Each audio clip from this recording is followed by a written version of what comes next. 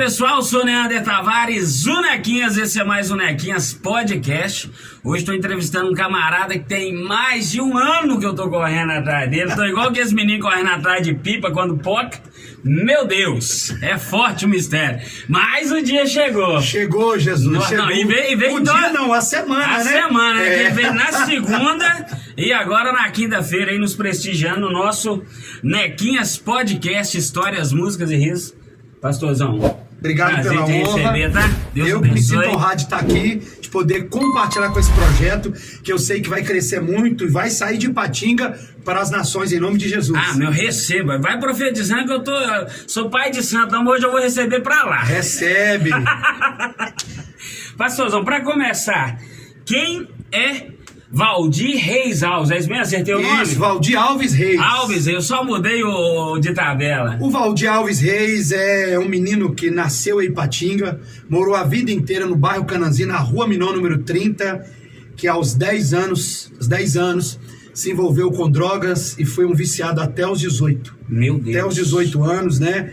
Eu usei todos os tipos de droga dos 10 aos 18. Eu comecei com o loló na escola, né, no Arthur Bernardes. Daí eu passei para maconha, para cocaína, usei heroína, usei LSD.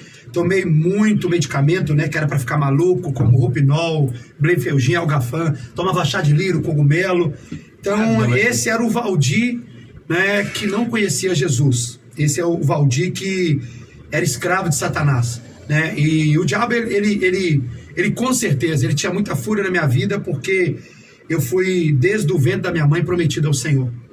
Mas quando eu nasci com sopro de coração. Com 3 meses eu caí, quebrei a cabeça, né? E ficava mais no hospital do que em casa. Eu acho que alguma coisa até hoje aqui não tá bem.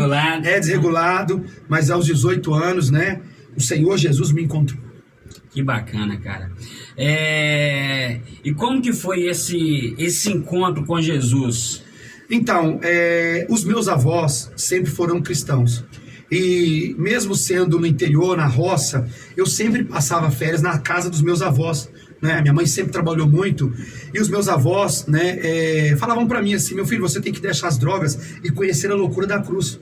E aí, o culto que meus avós iam, né, Quinha, era domingo 3 horas da tarde até às 5, porque eles andavam quase que 2 horas a pé. E eu falava assim: minha avó me chama de doido, mas doido é eles, porque muitas vezes 4, 5 horas da tarde, naquela igrejinha, uma tapera, uma Assembleia de Deus no meio do mato, o louvor era um pandeiro, uma sanfone, um triângulo, a glória de Deus descia. Hoje eu sei que é a glória de Deus, e aquilo não tinha hora para acabar, e minha avó, aquele cabelão, rodava no poder de Deus, e eu falava: eles que são doidos, né? Inclusive, quando eu me converti, eu falei: meu Deus, eu fumo maconha, mas quem é doido é os crentes, né? Então eu vim sendo ministrado. Eu quero usar um pouquinho. O que vocês estão usando pra vocês ficarem de jeito? Eu fui muito ministrado pelos meus avós, mas quem me alcançou para Jesus foi uma jovem. Essa jovem, ela se tornou minha vizinha, e todos os dias que ela me via na rua sentado, não importa se eu estava com cigarro, com maconha, ela passava com um panfleto e dizia: jovem, Jesus te ama. E ela foi me evangelizando até o ponto de um dia eu ir num culto. Chorei muito. Esse culto foi no Taúbas, uma peça teatral incrível, algo poderoso, mas eu não aceitei a Jesus, né? O que acontece, Nequinha? Uma jovem mudou para próximo da minha casa, começou a me evangelizar. Um dia num culto no Taúbas, né, eu fui muito tocado pela presença de Deus, mas não aceitei a Cristo. Depois um amigo meu, que hoje já faleceu, ele recebeu uma droga na cidade, falou: vamos usar essa droga? E eu falei: ah, vamos. Só que ele disse o seguinte: ó, a gente vai lá para a linha do trem de ferro, lá na Vila Ipanema. Mas antes a gente vai ter que ir na igreja. Eu falei: rapaz, não tem nada a ver igreja com maconha, com droga. Ele falou: não, mas eu faço uma corrente de oração. E aí foi justamente nesse dia que eu simplesmente queria só usar droga, fui acompanhar meu amigo para a igreja, que eu aceitei a Jesus, lembrando que eu era evangelizado pela minha vizinha. Sim. Né? E quando eu aceitei a Jesus, ela falou assim: agora você está pronto. Eu perguntei: para quê? Ela falou: para ser meu esposo. Quem me ganhou para Jesus é a minha esposa. Que isso? Qual que é o nome dela? Keller Cristina Reis de Lima Alves. Queremos você aqui, que é a mulher, Cristina. Essa mulher é de Deus. Ela é a melhor versão da minha vida. Você tem que entrevistar ela, amém? Não, vou entrevistar, já então, tá assim marcado. Que eu me encontrei com Jesus, né? E eu disse: ó, se tem uma coisa que eu nunca vou ser, é pastor. Se tem uma coisa que eu nunca quero... Você já entrou negando qualquer... mas na verdade não é a gente que escolhe, é o Senhor que nos escolhe, verdade, né? E quando eu menos vi, eu já estava dentro para a glória de Deus e nunca mais me vi fora, não me vejo fora. Léo está comigo o dia inteiro hoje, já fizemos visita, já fomos em casa de pessoas enfermas, já fomos dar uma palavra para quem estava voltando agora de viagem, fomos em um irmão. Então o que acontece? Vou sair daqui, vou para oração, estamos resolvendo o problema de um irmão também, né, que teve uma crise ontem. Então assim, eu sou muito feliz. Pastor, não é fácil não, né, pastor? Mas é prazerosa. Eu vou até abrir um gancho aqui, porque como você tem uma audiência boa, tá rodando um vídeo aí onde parece que o pastor se torna uma vítima, onde você sabia que os pastores não têm 13º, você não sabia que os pastores quase todos não chegam ao final do ministério. Não, irmãos, olha aqui para mim, o homem que assumiu o ministério sem saber dos riscos, ele para mim não entrou no ministério, ele só mudou de religião e se tornou um sacerdote. Porque deixa eu te falar, para mim nunca será um peso, é sempre um privilégio. E eu não aceito na igreja que eu sou pastor falar que paga preço. Porque ninguém nunca pagou um preço, a não ser aquele que derramou sangue no Calvário. Nada do que eu faça, Nequinho, eu posso andar de manhã até de noite. Eu já fugi de muitos países, se você quiser me perguntar, não falo o nome dos países, mas explico como, pregando o evangelho, passo luta, sou traído todos os dias. Mas deixa eu dizer, não é para mim um peso, é um privilégio, o chamado no Senhor. Bacana demais, hein? O homem chegou chegando, hein, galera? Quem tiver pergunta aí, comenta, compartilha, manda pra avó, pro tio, pro passarinho. Ele tá aqui, como é que é o nome do... Léo. Léo é o famoso aviador, quem não conhece, entra lá no Instagram do pastor. É o cara que o sonho dele é ser piloto de avião. Ele vê um avião e fica doido. É esse mesmo. Doido pra fugir dele. O senhor falou aí que a sua esposa te ganhou para Jesus. Eu ia entrar num detalhe, como a gente vai falar hoje de evangelho, sobre o casamento cristão. Sim. Eu ia perguntar se o senhor casou virgem, mas um homem teve uma vida louca igual o senhor. Eu não, minha esposa sim. Não. Eu não, minha esposa sim. Entendi, bacana demais. E como que a gente lida com isso? O Léo falou que vai casar. O Léo tá de casamento marcado para a glória de Deus. Eu nem beijo na boca. O Léo, ele tem um relacionamento... como é que é? Cortejando? Na verdade, ele fez um propósito com Deus. Ele disse que conhece a carne dele e que ele retornou para Jesus e que ele não tem mais tempo para errar. Então, ele decidiu negar a carne. Não vou nem chamar de uma corte, né? Sim. Foi um propósito que ele fez até o casamento. E a namorada aceitou? Aceitou. É de Deus. Ela tem 11 anos de lá, das nações. Bacana demais, bacana demais. É diferente, né, gente? Os namoros hoje... Pegando um gancho nisso, Nequinha, eu casei 2 filhas, eu tenho 26 anos de casado e caso meu filho agora em março. Sim. Eu acho que todo jovem, ele deveria pensar na consequência. Consequência de quê? Não do seu presente, mas do futuro. O que ele deve pensar? Que tudo que você planta, você colhe. A Bíblia diz que aquele que planta vento, colhe tempestade. Eu creio muito na lei da semeadura. Então eu nunca tive coragem de tocar, depois que me converti, numa pessoa para ter o sexo fora do casamento, até porque eu só tive uma namorada depois de convertida, que é minha namorada até hoje, né? Porque eu me lembrava do futuro, dos meus filhos. Por quê? Porque quando o pecado ele se torna comum na vida de alguém, ele passa a ser raiz de iniquidade. E isso não piora só a sua vida, mas a geração futura. Então, se alguém não tem capacidade de pensar nele, pense nos filhos. E qual que é o segredo para viver em santidade hoje? Porque a libertinagem ela entrou no mundo disfarçada de liberdade, né? Mas como que hoje o senhor consegue aplicar essa mentalidade no seu rebanho? Qual que é o segredo? Então, na verdade, os tempos mudaram, o evangelho não. A Bíblia diz que Jesus Cristo é o mesmo de ontem, de hoje, será eternamente. Então, o que eu falo para todo mundo? É que a gente pode ser moderno, mas nunca deve ser mundano. Anota aí, viu? Você deve ser moderno, mas nunca deve ser mundano. E essa vai virar corte. E aí, eu sempre tenho essa preocupação, e você foi muito pontual no quê? De não permitir que as pessoas confundam liberdade com libertinagem. Por quê? A Bíblia vai dizer que todas as coisas me são lícitas, mas nem todas me convêm. No mundo evangélico do Vale do Aço, a nossa igreja, eu sou considerado como louco. Sim. Né, como malucão, mas não parece pastor. Graças a Deus, porque Jesus também não parecia Salvador, né? Alguém um dia falou pra mim, você não parece pastor. Eu falei, Jesus também não tinha cara de Salvador. Ultimamente, se o cara falar assim, você não parece crente, já não é tão ruim, né? Porque Jesus também não tinha. Na verdade, tiveram que levantar um dos seus para identificar. Então, qual foi a proposta?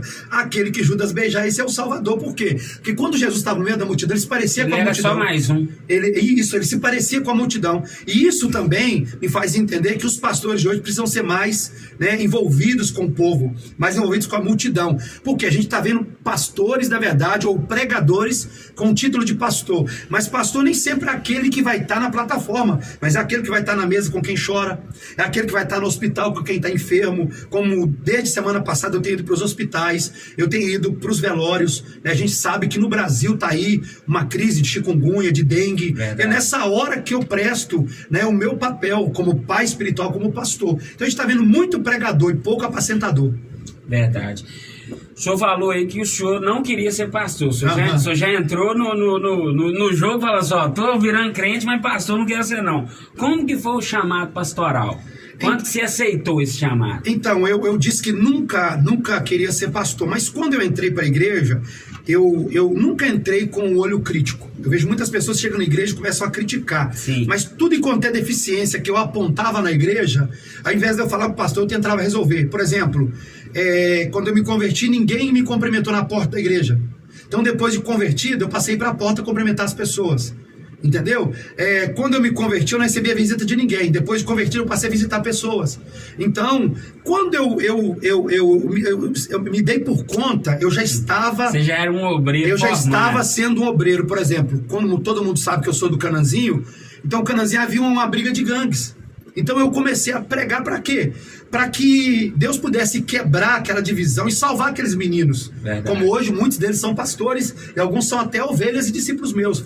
Então não foi assim algo proposital. Quando eu vi, o meu pastor disse, eu quero você, né, comigo, já estudando, porque eu quero te levar para a convenção, porque você tem um chamado poderoso. Bacana. O senhor começou num grande ministério e depois desse ministério o senhor... abriu a Fogo para as Nações, né? Não abri, nasceu. Tudo que abre, fecha. Nasceu. Então vamos me corrigir. Não abriu, gente. Nasceu. Corrija o Nequinha. Eu quero glorificar Deus pelo ministério que eu me converti. Um ministério muito pontual, um ministério muito abençoado, a qual hoje ainda eu tenho muitos amigos, né? Para quem não sabe, a antiga Fogo para as Nações, hoje lá, tem 22 anos, tem gente que não sabe disso, né?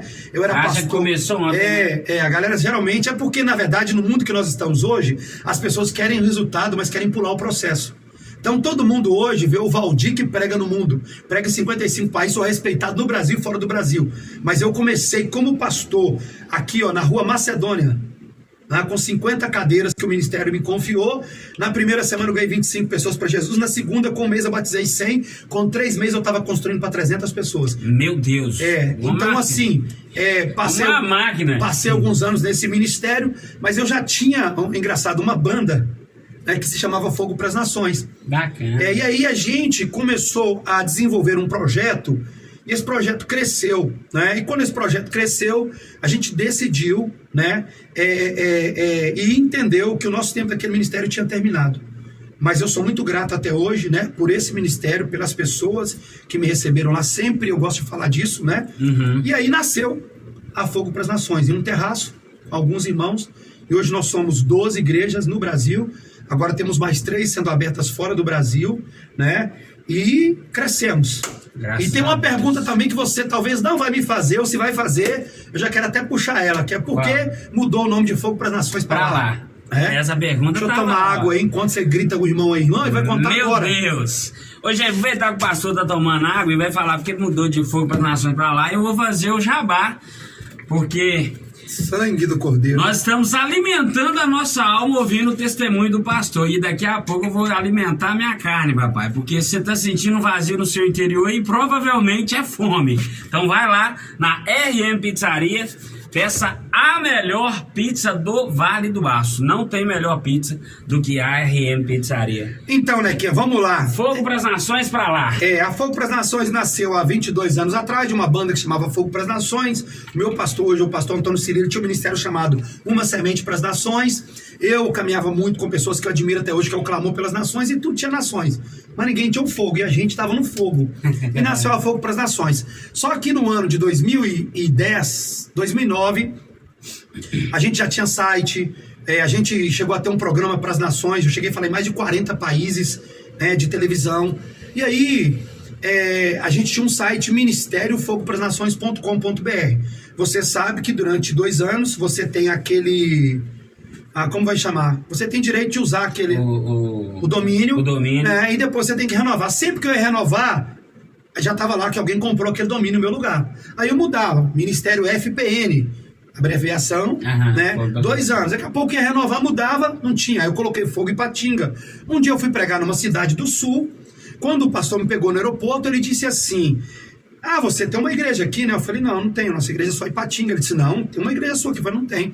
Quando ele passou na porta, eu me assustei, que até a logo era igual. Meu Deus. E aí, eu falei com ele assim, depois de pregar, eu falei: pastor, pesquisa pra mim, se você conseguir, esse pastor aí, como é que nasceu essa igreja, porque a minha nasceu. E não havia nada no Brasil como o nosso nome.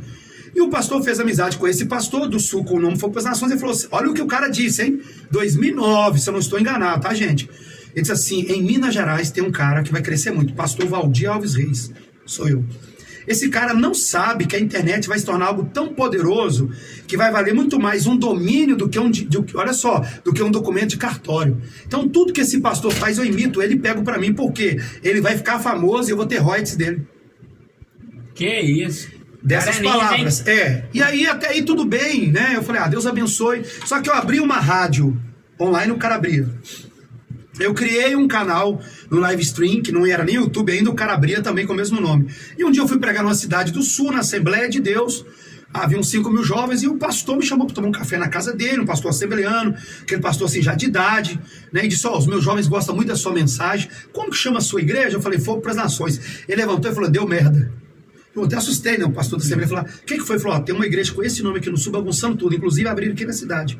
Aí eu falei: opa, já tá manchando a minha reputação, o meu ministério, né? E aí eu já tinha um projeto de começar algo, não uma igreja, mas com o nome Lugar de Amor e Restauração. Então o LAR é uma abreviação de Lugar de Amor e Restauração. Então é L.A.R. Então eu comecei a orar a Deus, liguei pro meu pastor, que é Antônio Cirilo, ele falou assim: não muda não. Uma vez um cara tentou tirar o meu nome, eu orei e ele me entregou. Eu falei: não, pastor, Deus falou comigo para mudar. Todo o nome na Bíblia que mudou foi para cima. Jacó para Israel, né? Benoni para Benjamim, é forte, hein? Saulo para Paulo. Até no grande dia do Senhor diz que nós temos um novo nome. Eu falei: não, então vamos mudar. E resumindo, mesmo com o que o povo estava falando na cidade, que a gente estava devendo, a gente estava não sei o que, trocou de... É porque crente é o único que gosta de bater em crente. Não sei por que isso acontece até hoje, né? Mas o crente deveria se alegrar com o sucesso dos irmãos e chorar com a queda dos outros. Mas não. O crente incomoda com o sucesso e se alegra com a queda. Quando o irmão cai, é motivo de muita conversa. Mas o meu pastor fala o seguinte... Sabia que estava pecando. O meu pastor fala o seguinte: quando alguém cai, corre para debaixo da cama, que você pode ser o próximo. Inclusive a Bíblia diz que aquele que pensa está de pé, cuide para que não caia. Resumindo, mudamos para lá, tem 4 anos, e foi uma explosão, um renovo de Deus para a igreja e esse avanço a nível de mundo hoje. Graças a Deus. Nessa trajetória, o senhor teve momentos que o senhor falou assim: vou desistir, não quero, cansei, tá pesado. O senhor passou por algum período assim? Eu tive muitas guerras, né? Tenho até hoje muitas guerras. Eu acho que a Bíblia é bem clara quando fala que no mundo tereis aflições, né?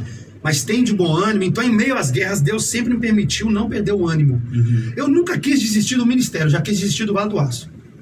Porque existe um jargão fora daqui, para quem não sabe, está me ouvindo, 2 pastores muito famosos do Brasil foram expulsos de Ipatinga. Sério? Foi expulso de Ipatinga. Quem são eles? Pode falar? Não vou citar o nome não, porque eu acho que fica, né? Eu preciso saber quem são vocês. Eu te falo depois em off. Mas 2 grandes pastores foram expulsos daqui de Ipatinga. E aqui teve várias faculdades de ministério. Então, de Ipatinga saem muitos pastores que não gostam nem de passar Ipatinga, que dizem que aqui é lugar de matar profeta. Então, dizia: aqui se me matar, eu ressuscito. Você jogou essa aqui no Maná Café, você falou também. Pois é, então o que acontece? Eu já tive desejo de desistir do Vale do Aço, mas aí, né, a gente sempre recalcula a rota e disse assim: não, qualquer lugar que eu for, eu vou ter um nível de guerra. Então não é mudar de geografia, é mudar de mentalidade. Então hoje, automaticamente, independente das guerras, das lutas, eu sei que isso faz parte, né? E Jesus nos prometeu, né, vitória sobre todas as guerras. Ele não nos prometeu nos livrar dela. Então a gente está firme no Senhor, né? Matando o gigante todo dia, amarrando um para matar no dia seguinte e buscando a Deus. Bacana. Um outro assunto que é, de certa forma, polêmico, é a questão do... Você foi chamado e levantado como pastor. Sim.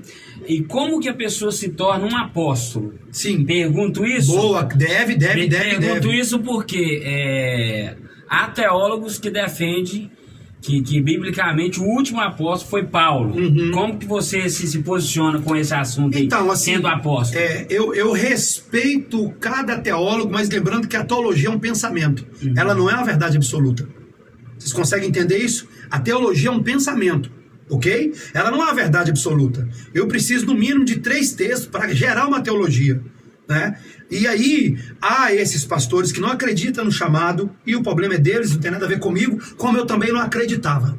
Então eu não posso criticar eles, Você também não porque eu não quis não. ser pastor e muito menos quis ser apóstolo. Só que Deus começou a trazer pessoas para a nossa igreja e começaram a dizer, vocês são uma igreja apostólica.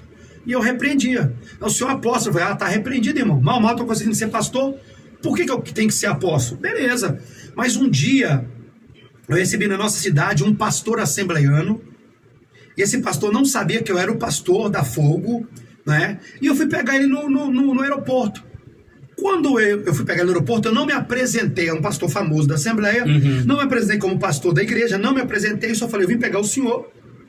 São 5 horas da tarde, 7h30 eu volto e pego o senhor de novo pro culto. Mas não me apresentei. Não falou, eu sou o pastor. Ele muito cansado, perguntou quanto tempo era do hotel, do aeroporto do hotel, eu falei 5 minutos. Deixei no Panorama Hotel aqui, fui pra igreja, fui na casa, tomei banho, voltei e busquei ele. Aquele dia eu tava recebendo muitas pessoas, então eu nem fiz sala pra ele, já tinha uma equipe minha, né? A gente tem uma equipe de boas-vindas lá, a equipe tava lá cuidando do pastor, e naquele dia também, quem estava à frente do congresso não era eu, então já tinha um obreiro para apresentar o pregador. Então quando apresentaram o pregador, lembrando, o pregador da Assembleia, né? Esse pregador disse assim, irmãos, eu sou assembleiano, eu não creio nos dons ministeriais. Na Assembleia nós temos o diácono, o evangelista, o pastor, o presbítero, mas desde quando esse jovem, me chamou de jovem, né? Me pegou no aeroporto, ele não sabia que eu era o pastor da igreja. Deus falou comigo que ele é um apóstolo. Meu Deus. E aí a igreja começou a vibrar, porque a igreja já falava sobre ser apostólica, eu que corria. E ele pegou um anel, Nequinha, muito grosso de ouro. Muito grosso mesmo, com um leão em cima e disse assim, esse anel aqui eu ganhei de um apóstolo no sul, eu fiz um voto com esse apóstolo que eu ia viajar ao Brasil, como eu já viajo, mas agora procurando jovens apóstolos, e eu encontrei esse jovem, fica de pé, você é quem? Quando eu falei, eu sou o pastor da igreja, ele foi pro chão chorando. Que isso? E aí aquilo começou a se tornar um aperto para mim, e um dia eu fui pregar na divisa do Uruguai com o Brasil, então eu pousei em Porto Alegre, viajei 12 horas de ônibus, e quando eu terminei de pregar, estava junto com o pastor William, que é um dos meus braços direitos, estava junto com o Highlander hoje tem Vitória, né? E aí o que aconteceu? A gente lembrou de que esse pastor assembleano falou de um pastor no sul. Resumindo, quando a gente voltou para Porto Alegre, o nosso voo era no dia seguinte. E aí o pastor ele falou assim, lembra da profecia do pastor assembleano, que o senhor é um apóstolo? Ele falou que é daqui. E eles começaram a pesquisar na internet, encontraram a igreja. Naquele dia tinha culto, a gente estava esperando um voo pro dia seguinte, a gente chegou num culto, era um culto de oração, havia umas 5.000 pessoas de joelho. Esse apóstolo sobe um teatro muito lindo em Porto Alegre, começa a pregar e fala assim, hoje eu não posso atender ninguém que eu estou de jejum. Aí eu falei, tá vendo? Esses caras tudo é famoso, o cara vai dar ideia. O pastor ele falou assim, eu vou bater na porta agora do escritório dele. Só que ele tinha 2 diáconos, que eu não sei se era diácono ou segurança, e disse assim, o apóstolo não recebe hoje não. Ele falou assim, rapaz, a gente saiu de longe, por causa de uma profecia para estar aqui. Ele gritou assim, pode entrar, são os pastores de Minas Gerais e o Espírito Santo me revelou. Quando eu entrei, esse cara disse assim para mim, você é um apóstolo. Eu falei, o senhor conversou com quem? Ele falou, com ninguém, eu estou em jejum até agora. E ele falou, dobra o seu joelho. Quando eu dobrei meu joelho, ele orou para mim mais ou menos 1h30, Léo. Eu já não aguentava mais ficar de joelho, eu dobrei para um lado, dobrei para o outro. Ele levantou e falou assim, Nequinha, saia daqui pensando como apóstolo, falando como apóstolo e profetizando como apóstolo. E para provar que você é um apóstolo, quando você chegar na sua cidade, vai ter algo que só o ministério apostólico derruba, que são principados. Quando eu cheguei, Ipatinga estava passando por um momento em que a Alzimina estabeleceu um turno de 3 da manhã a 3 da tarde, lembra disso? 3 da tarde a 3 da manhã, depois mudou 7 da noite a 7 da manhã, 7 da manhã a 7 da noite, começou a acontecer muita traição, e o cara quase que não tinha folga, então as pessoas começaram a desviar, e aquele era um principado. Quando eu cheguei, o único outdoor estava na porta da igreja, escrito assim, Olha só, o turno de 12 horas caiu. Ou seja, o principado caiu. Então naquele dia eu assumi o meu chamado e esse profeta veio, né, esse apóstolo, depois de 30 dias e junto com a igreja reconheceu esse ministério. Então, o que acontece, voltando para os teólogos agora? Sim. A Bíblia diz que Deus deu, está lá em Hebreus, Deus deu uns para apóstolos, profetas, ok? Isso, evangelistas, pastores e mestres. E olha aqui pra mim, é como isso aqui, ó, apóstolo porque tem que tocar os demais dons, não é porque é melhor do que ninguém, entendeu? Ser apóstolo não está por cima, está por baixo. O que os caras ficam batendo é porque muitas pessoas do Brasil fizeram do ministério apostólico uma plataforma, como se fosse um papa gospel. Tipo um vice-deus. E na verdade ser apóstolo não tem nada a ver em estar por cima, tem a ver em estar por baixo. É um serviço ao corpo. Valdir é quem eu sou, apóstolo é o que eu faço, eu fui chamado, eu não posso negar um chamado. Como eu já vi amigos negar. Então o apóstolo que toca os demais dons. O profeta, porque assim diz o Senhor. O evangelista, olha esse dedo, vai mais longe. Olha aqui pra você ver, olha. Esse dedo aqui vai mais longe, ó. E o pastor, porque é o dedo da aliança, tem que se casar com a igreja. E o mestre, para tirar a sujeira. Agora, quer que eu te fale uma coisa? Corta o dedão de alguém. Do dedo da mão, se cortar o dedão, ele perde a força. Se corta no pé, ele perde o equilíbrio. Então esses teólogos que ficam batendo as pessoas deveriam pensar mais, entendeu? Estudar mais, porque uma igreja desequilibrada e sem força, ela não consegue expandir o nome de Jesus.